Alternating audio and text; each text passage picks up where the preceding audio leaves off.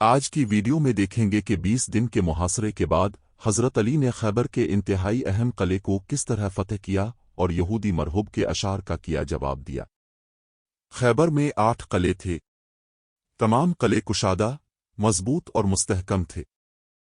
ان میں سب سے بڑا قلعہ قموس تھا، جو مرحب بن انتر نامی یہودی کا تھا۔ مسلمانوں کو سب سے زیادہ مزاحمت کا سامنا قلعہ قموس کی فتح کے موقع پر کرنا پڑا۔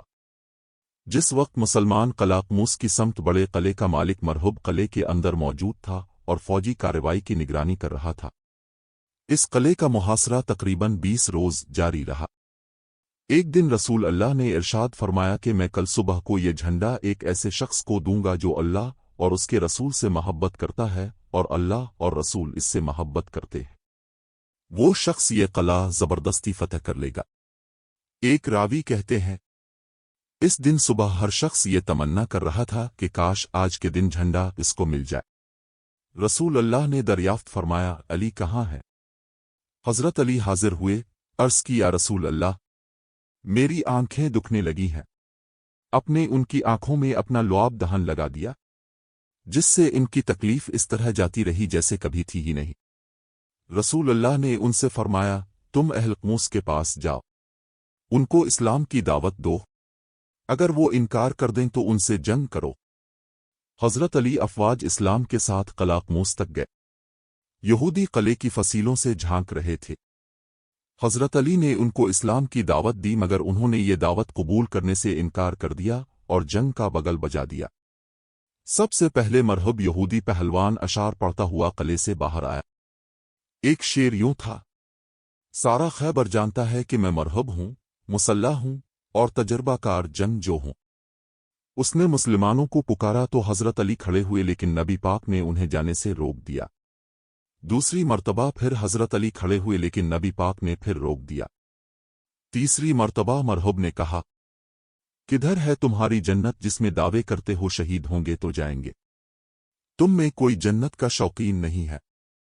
اس مرتبہ پھر حضرت علی کھڑے ہوئے تو نبی پاک نے انہیں اپنی تلوار تھمائی اور وہ مرہب کے مقابلے پر آئے۔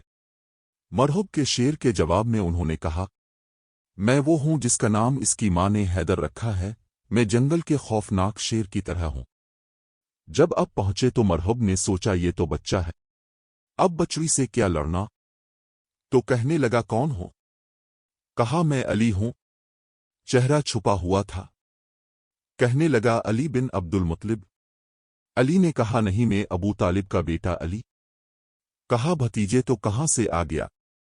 جا جا واپس، تجھے مارنا مجھے اچھا ہی نہیں لگتا۔ یعنی وہ ایسے یقین پر تھا کہ بچے کو تو میں آسانی سے مار دوں گا۔ دوسرا قرابت کا رشتہ نکل آیا۔ کہا، نہیں نہیں، محمد سے کہو کوئی اور آئے۔ حضرت علی نے کہا، میں تیرے لیے کافی ہوں۔ مرہب نے کہا، میں تجھے مارنا نہیں چاہتا۔ علی نے کہا، پر میں تو تجھے مارنا چاہتا ہوں۔ مرہب کو غصہ آ گیا، آگے بڑھا اور حضرت علی پر تلوار سے وار کیا۔